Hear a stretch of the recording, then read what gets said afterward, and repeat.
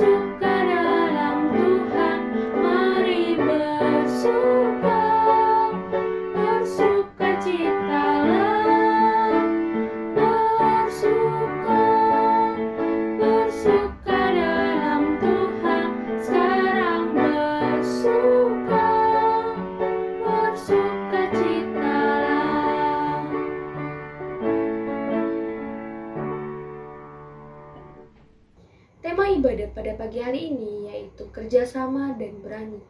Seperti Nabi Yonatan dan bujangnya yang melawan bangsa Filistin, mereka bisa menang karena kerjasama mereka dan keberanian mereka. Mereka berani karena mereka memiliki iman percaya bahwa Tuhan akan menyertai mereka. Begitu juga dengan kita, teman-teman. Mungkin teman-teman dalam suatu organisasi atau teman-teman dalam suatu misi dengan keluarga dan misi itu belum tercapai, yang menjadi kunci adalah kerjasama. Kerjasama satu sama lain. Dan yang paling penting adalah percaya pada iman kita bahwa Tuhan sanggup melakukan segala perkara. Seperti lagu berikut ini yang akan kita nyanyikan.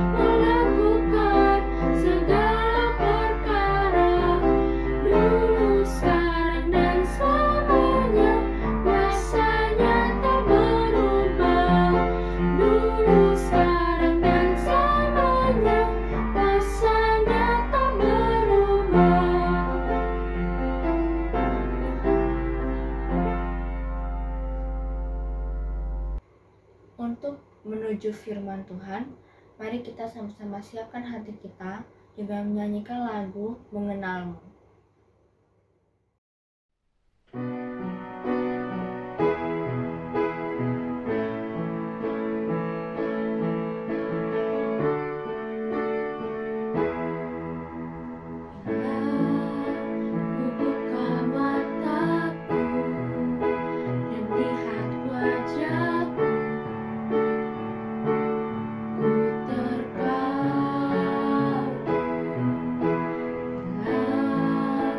Ku lihat hidupku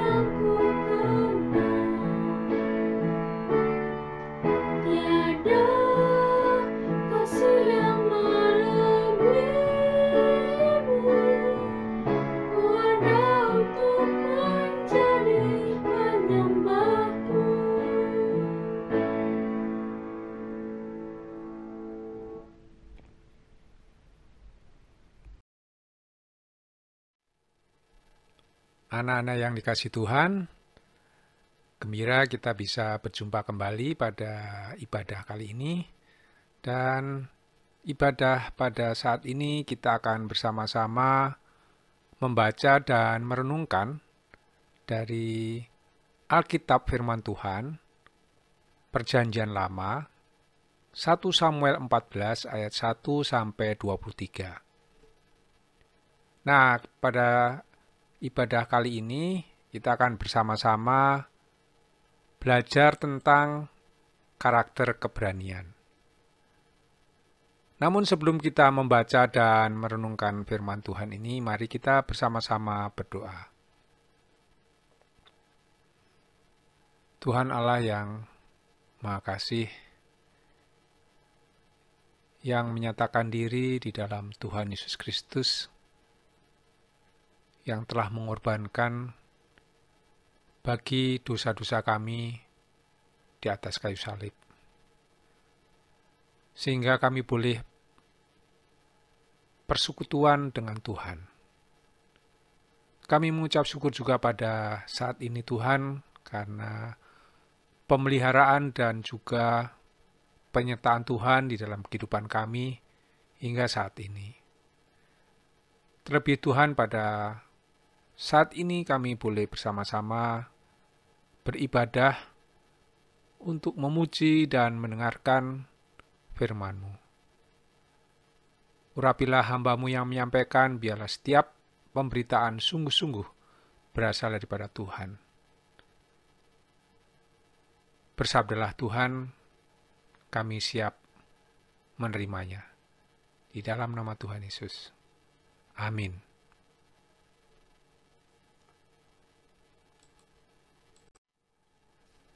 Mari kita bersama-sama membaca 1 Samuel 14 ayat 1 sampai 23. Saya akan bacakan di sini dan kalian membaca sendiri di rumah masing-masing, ya. Pada suatu hari, Yonatan bin Saul berkata kepada bujang pembawa senjatanya, "Mari kita menyeberang ke dekat pasukan pengawal orang Filistin yang di sebelah sana." Tetapi tidak diberitahukannya hal itu kepada ayahnya. Adapun Saul duduk di ujung Gibea di bawah pohon delima yang di Migron. Dan rakyat yang ada bersama-sama dengan dia itu kira-kira 600 orang banyaknya. Ahia, anak Haitub, saudara Ikabod, anak Pinehas, anak Eli, imam Tuhan di Silo, dialah yang memakai baju efod pada waktu itu. Tetapi rakyat tidak tahu tentang perginya Yonatan itu. Di antara pelintasan-pelintasan bukit yang dicoba Yonatan menyeberanginya ke arah pasukan pengawal orang Filistin, ada ujung bukit batu di sebelah sini dan ada ujung bukit batu di sebelah sana. Yang satu bernama Bozez, yang lain bernama Sene. Ujung yang satu berdiri di sebelah utara di tentangan Mikmas, yang lain di sebelah selatan di tentangan Geba. Berkatalah Yonatan kepada bujang pembawa senjatanya itu, "Mari, kita menyeberang ke dekat pasukan pengawal orang-orang yang tidak bersunat ini. Mungkin Tuhan akan bertindak untuk kita. Sebab bagi Tuhan tidak sukar untuk menolong, baik dengan banyak orang maupun dengan sedikit orang." Lalu jawab pembawa senjata itu kepadanya, "Lakukanlah niat hatimu itu. Sungguh, aku sepakat."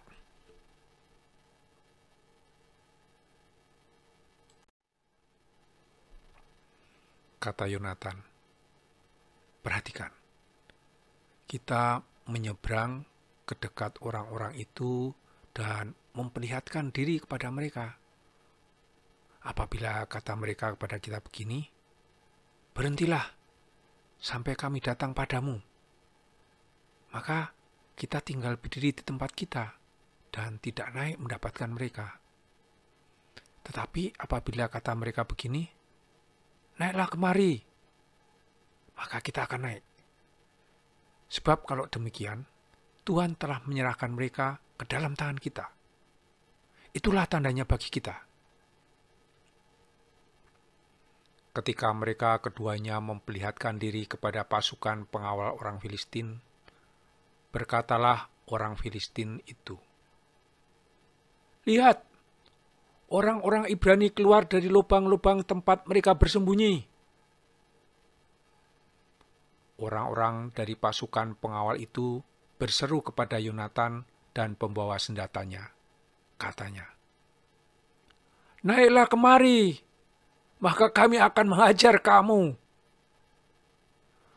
Lalu kata Yonatan kepada pembawa senjatanya, "Naiklah mengikuti aku, sebab Tuhan telah menyerahkan mereka ke dalam tangan orang Israel."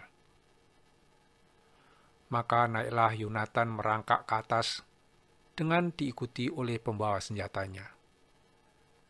Orang-orang itu tewas terparang oleh Yonatan, sedang pembawa senjatanya membunuh mereka dari belakangnya. Kekalahan yang pertama ini yang ditimbulkan Yonatan dan pembawa senjatanya itu besarnya kira-kira 20 orang dalam jarak kira-kira setengah alur dari sepembajaan ladang. Lalu timbullah kegentaran di perkemahan, di padang, dan di antara seluruh rakyat. Juga pasukan pengawal dan penjara-penjara itu gentar, dan bumi gemetar, sehingga menjadi kegentaran yang dari Allah. Ketika peninjau-peninjau Saul di Gibea Benyamin melihat hal itu, dan sesungguhnya orang ramai seperti ombak berjalan ke sana kemari, berkatalah Saul kepada tentara yang bersama-sama dengan dia itu, "Periksalah barisan, dan lihatlah siapa yang pergi daripada kita." Mereka memeriksa barisan, dan ternyata Yonatan dan pembawa senjatanya tidak ada. Lalu kata Saul kepada Ahia, "Bawalah baju efod kemari." Karena pada waktu itu dialah yang memakai baju efod di antara orang Israel. Tetapi sedang Saul berbicara kepada imam itu, maka kian lama kian bertambahlah keributan di perkemahan orang Filistin. Sehingga Saul berkata pula kepada imam itu, "Biarlah." Kemudian berkumpullah Saul dan seluruh rakyat yang bersama-sama dengan dia itu.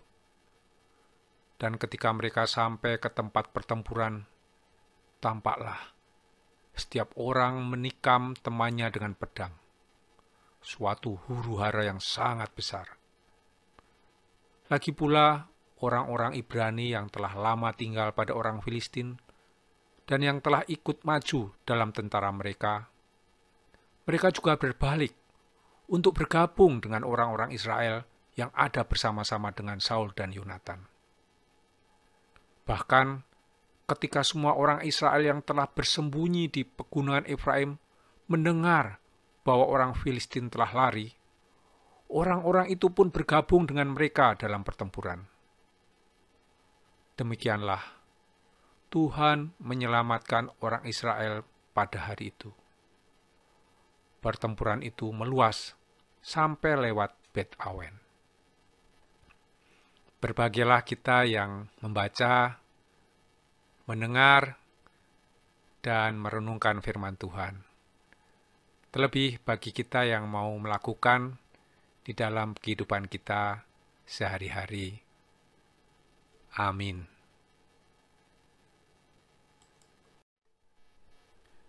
Nah, anak-anak, apa yang tersirat atau terpikir di dalam hati ketika kalian mendengar kata berani? Apa sih berani itu? Apa sama dengan nekat? Atau bondo nekat itu yang sering kita dengar? Tapi marilah kita melihat definisi apa sih kata berani dalam Kamus Besar Bahasa Indonesia. Di sana tertulis bahwa berani adalah mempunyai hati yang mantap dan rasa percaya diri yang besar dalam menghadapi bahaya, kesulitan, dan sebagainya. Tidak takut atau gentar atau kejut. Itu adalah definisi dari Kamus Besar Bahasa Indonesia. Nah, saya mencoba untuk mengartikan kata berani ini bagi kita sebagai orang percaya. Berani memang merupakan satu kemantapan hati dan rasa percaya diri, tapi karena iman kepada Tuhan dalam menghadapi bahaya, kesulitan, bahkan masa depan. Tidak ada rasa gentar, tidak takut atau khawatir, karena Tuhan menyertai dan melindungi. Jadi itulah arti berani bagi kita anak-anak Tuhan. Dalam bacaan kita akan lebih mengerti apa kata berani ya, seperti yang tertulis di dalam 1 Samuel 14 ayat 1 sampai 23 yang barusan kita baca tadi. Sebelumnya saya akan kembali ke belakang, yaitu pasal sebelumnya, untuk mengetahui bagaimana sih situasi antara Israel dan Filistin pada saat itu. Mari kita melihat kekuatan dari masing-masing bangsa ini ketika mereka berhadapan untuk berperang. Kita lihat bangsa Filistin, berapa sih kekuatan mereka? Ya, di 1 Samuel 13 ayat 5 dijelaskan di sana bahwa bangsa Filistin memiliki 3.000 kereta, 6.000 orang pasukan berkuda, dan pasukan berjalan kaki sebanyak pasir di tepi laut. Wah, sangat banyak sekali.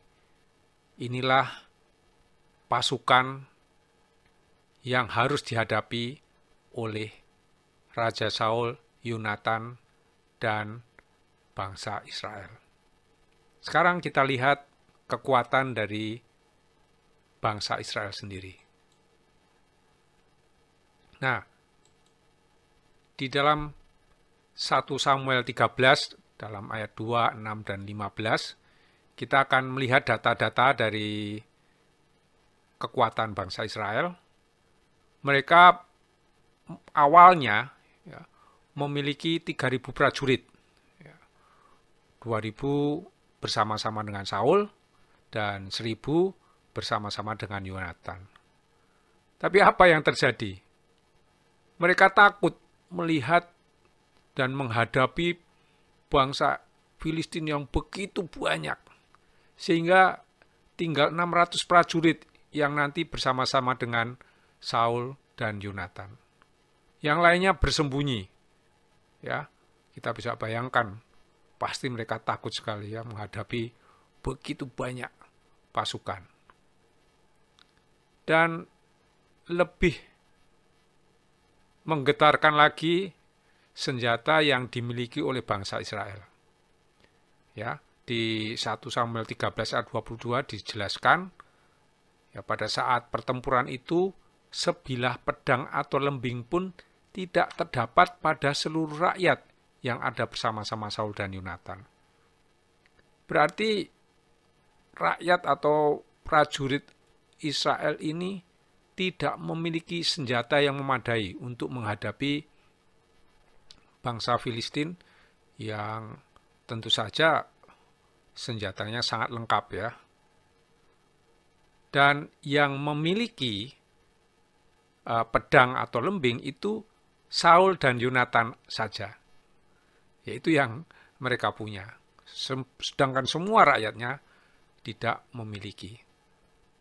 Coba kalian bayangkan ketika kalian berada di antara prajurit Israel. Kira-kira bagaimana?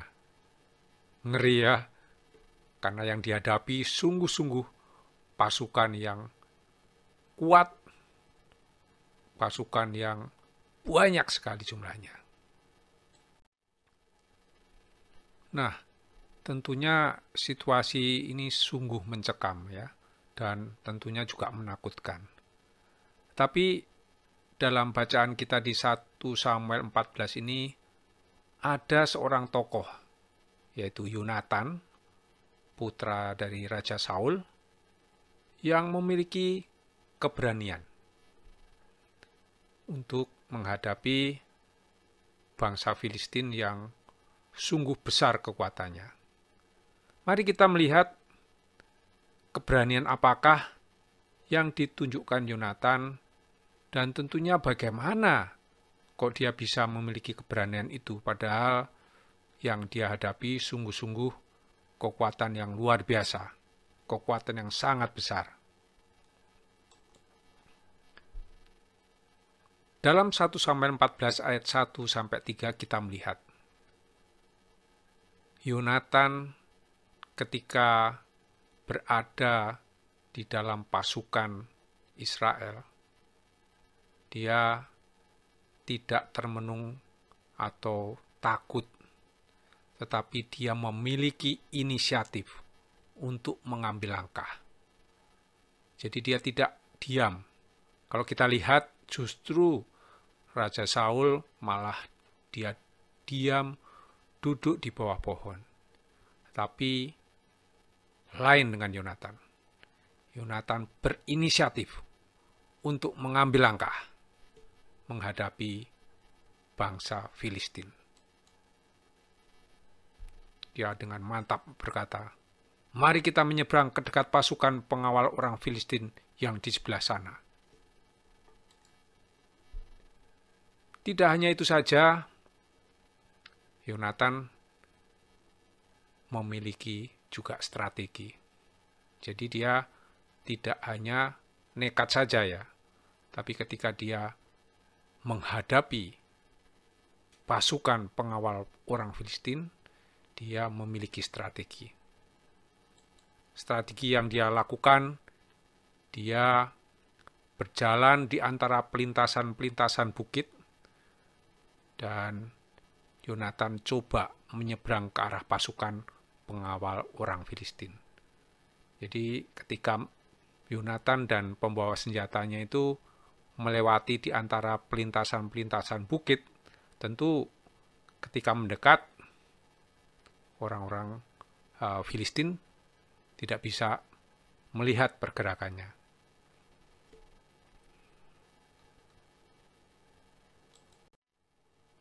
Kemudian Yonatan memiliki keberanian karena dia mengandalkan Tuhan dengan iman.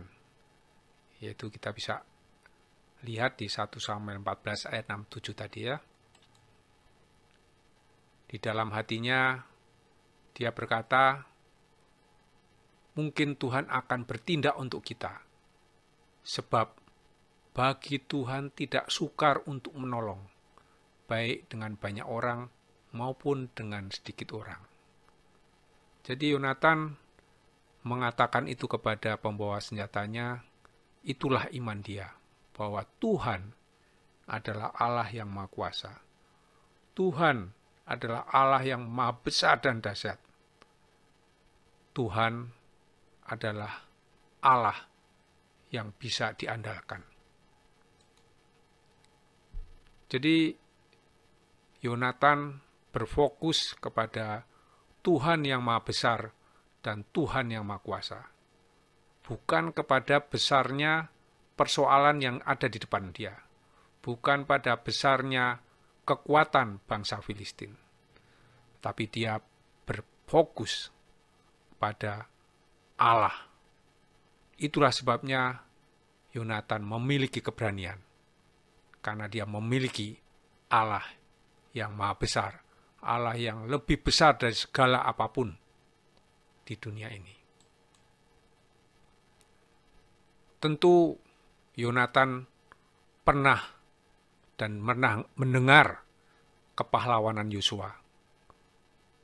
Dalam Yosua 23 ayat 10 dikatakan, satu orang saja daripada kamu dapat mengejar 1000 orang, sebab Tuhan Allahmu, dialah yang berperang bagi kamu, seperti yang dijanjikannya kepadamu. Yonatan percaya bahwa Allah lah yang akan berperang. Allah lah yang akan di depan ketika dia menghadapi orang-orang Filistin. Yonatan juga memiliki keberanian karena dia peka kepada pimpinan Tuhan. Kita bisa lihat di 1 Samuel 14 ayat 8-10 tadi. Yonatan memiliki persekutuan yang intim dengan Tuhan, sehingga dia mengetahui apa yang dikehendaki Tuhan bagi dia. Tidak hanya itu saja, keberanian Yonatan juga ditunjang oleh orang-orang lain yang bekerja sama dengan dia. Di dalam 1 Samuel 14 ayat 11-14, Yonatan mengajak bujang pembawa senjatanya. Ya, dia katakan, naiklah mengikuti aku. Jadi Yonatan tidak pergi sendiri, tapi dia perlu teman yang akan saling menguatkan, yang akan saling mendukung. Dan Yonatan berani karena Tuhan bertindak dengan kuasanya yang dahsyat. Dalam 1 Samuel 14 ayat 15 dikatakan di sana, bumi gemetar sehingga menjadi kegentaran yang dari Allah. Orang-orang Filistin, kita baca tadi, mereka sangat takut, mereka sangat kacau oleh karena Allah yang bekerja bersama-sama dengan bangsa Israel. Nah, pada akhirnya kita baca bahwa Tuhan memberikan kemenangan kepada bangsa Israel. Keberanian Yonatan menginspirasi. Keberanian Yonatan membawa kemenangan oleh karena Allah berada di depan Yonatan dan bangsa Israel. Dari contoh keberanian Yonatan yang barusan kita pelajari ini, mari kita mencoba menerapkan di dalam kehidupan kita sebagai orang percaya. Sebenarnya kehidupan orang percaya juga merupakan peperangan. Firman Tuhan mengingatkan, karena perjuangan kita bukanlah melawan darah dan daging, tetapi melawan pemerintah-pemerintah, melawan penguasa-penguasa, melawan penghulu-penghulu dunia yang gelap ini, melawan roh-roh jahat di udara. Efesus 6 ayat 12. Kelihatannya sungguh menakutkan, tapi kita tidak perlu takut. Dari contoh keberanian Yonatan ini, ayo kita belajar menumbuhkan dan mengembangkan keberanian yang benar, bukan sekedar bondo nekat. Ayo kita mulai dari dalam niat hati kita, sebab Tuhan mencari orang yang bersungguh-sungguh hati kepada Tuhan, yang mengasihi Tuhan dengan segenap hati, berusaha melakukan kehendak firman-Nya. Karena mata Tuhan menjelajah seluruh bumi untuk melimpahkan kekuatannya kepada mereka yang bersungguh hati terhadap Dia. 2 Tawarikh 16 ayat 9a. Ketika kekuatan Allah melimpah dalam kehidupan kita, maka ketakutan dan kekhawatiran akan diganti dengan munculnya keberanian.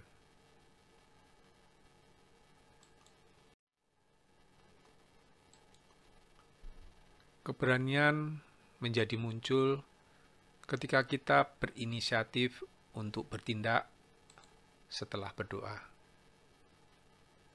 Tidak mudah untuk memulai sesuatu. Diperlukan langkah iman. Inisiatif merupakan langkah pertama untuk mencapai tujuan. Strategi akan menambah dan menguatkan keberanian kita. Ini adalah bagian yang harus kita pikirkan agar terarah. Jika berani menggantungkan cita-cita yang tinggi, maka perlu strategi belajar yang tepat. Strategi belajar yang efektif. Membuat jadwal dan target setiap hari. Misalnya, malam hari ini saya harus mengulang pelajaran pagi tadi dan belajar melatih menyelesaikan soal-soalnya. Persoalan besar terkadang membuat kita menjadi ciut, menjadi gentar. Tetapi ingatlah bahwa Tuhan kita lebih besar dari persoalan apapun. Kita mengandalkan pertolongan Tuhan untuk hal-hal yang di luar kemampuan kita. Misalnya, dengan pandemi ini, kita mohon agar Tuhan melindungi semua keluarga kita. Kita berani menghadapi dan tidak stres, karena Tuhan turut bekerja untuk mendatangkan kebaikan bagi kita yang percaya kepadanya. Keberanian harus berdasarkan pada kebenaran firman Tuhan. Berdoa dan membaca firman serta merenungkannya akan menolong kita bertindak dengan benar.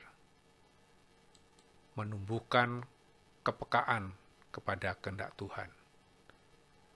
Keberanian bisa didukung karena ada orang lain. Maka ajak dan libatkan orang lain untuk menghadapi persoalan bersama-sama. Kalau takut berjalan dalam tempat yang sepi dan gelap, ajak aja adik atau kakak untuk menemani. Tuhan akan memberkati keberanian kita. Tidak usah takut akan hasilnya. Tuhan akan memberi yang terbaik untuk kita. Bagian kita melakukan penerapan yang sudah kita buat.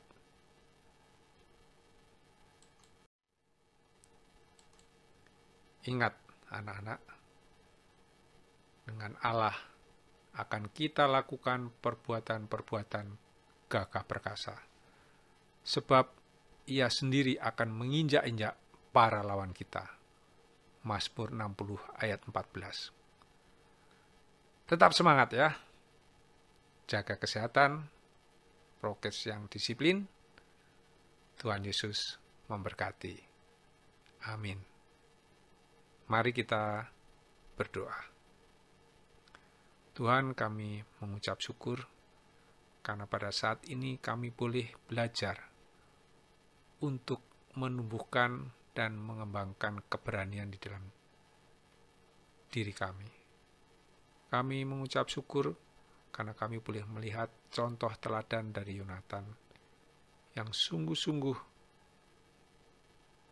memiliki keberanian karena dia percaya kepada Tuhan. Karena dia tahu bahwa Tuhan lebih besar dan lebih berkuasa dari apapun di dunia ini. Oleh karena itu Tuhan, biarlah Engkau menolong kami di dalam kami menumbuhkan keberanian melalui penerapan kami minggu ini. Terima kasih Tuhan, kami terus berharap kami terus bergantung kepada kebesaran dan kuasa firman-Mu. Tolonglah kami Tuhan, di dalam nama Tuhan Yesus. Amin.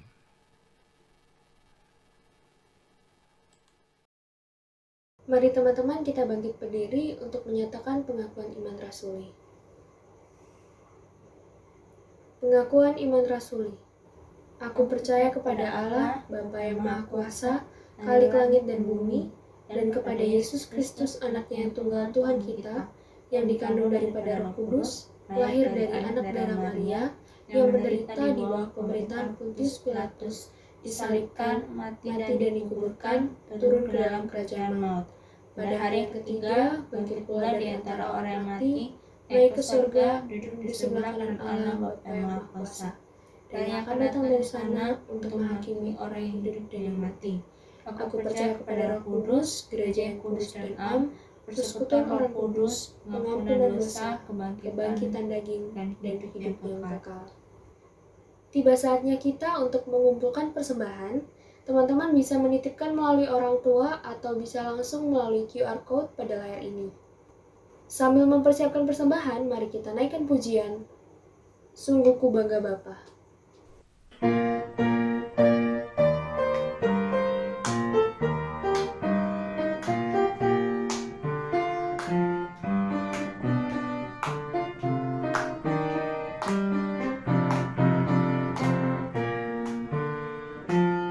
Sungguh ku bangga Bapa, punya Allah seperti Engkau. Sungguh ku bangga Yesus, atas segala pengorbananmu. Tak ingin aku hidup lepas dari kasih-Mu. Kasih-Mu menyelamatkan dan beriku pengharapan. Kini ku persembahkan apa yang aku miliki. Memang tiada berarti bila dibanding dengan kasih-Mu. Namun ku ingin memberi dengan sukacita di hati, karena ku tahu ini menyenangkan hati-Mu. Sungguh ku bangga Bapa, punya Allah seperti Engkau. Sungguh ku bangga Yesus, atas segala pengorbananmu. Tak ingin aku hidup lepas dari kasih-Mu. Kasih-Mu menyelamatkan dan beriku pengharapan. Kini ku persembahkan apa yang aku miliki. Memang tiada berarti bila dibanding dengan kasih-Mu. Namun ku ingin memberi dengan sukacita di hati, karena ku tahu ini menyenangkan hati-Mu.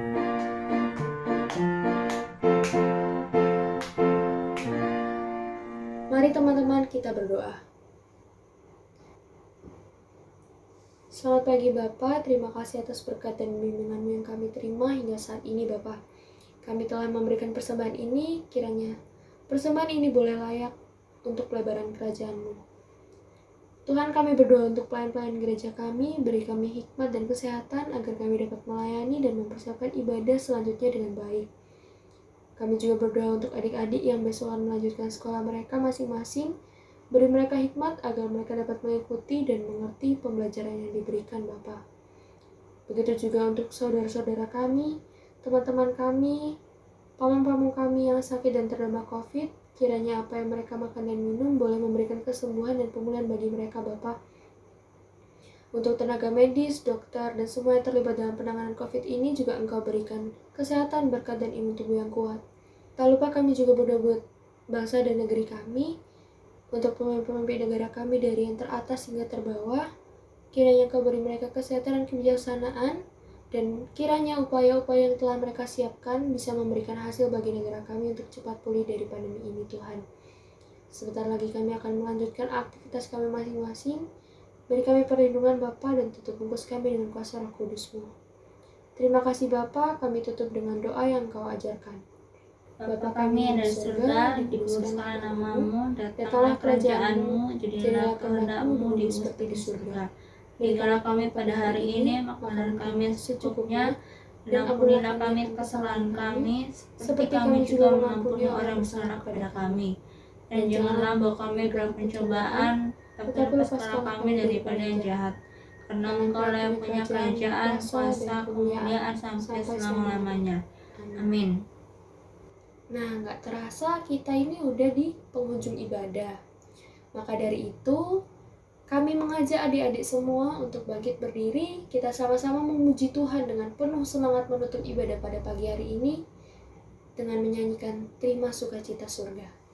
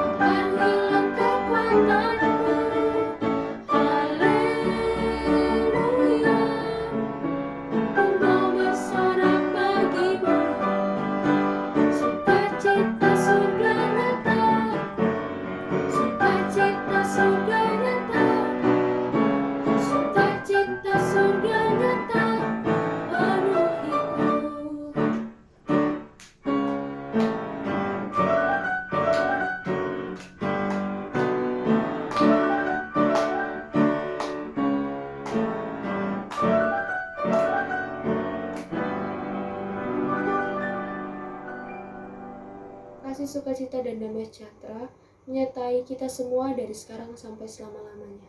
Amin.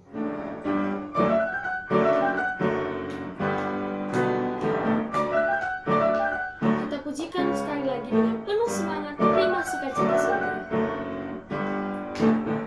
Terima sukacita surga, itulah kekuatan bagi jiwa. Dapat saksikan kuasanya, takutkan badai yang bergelora. Haleluya, Kau ada dalam hatiku,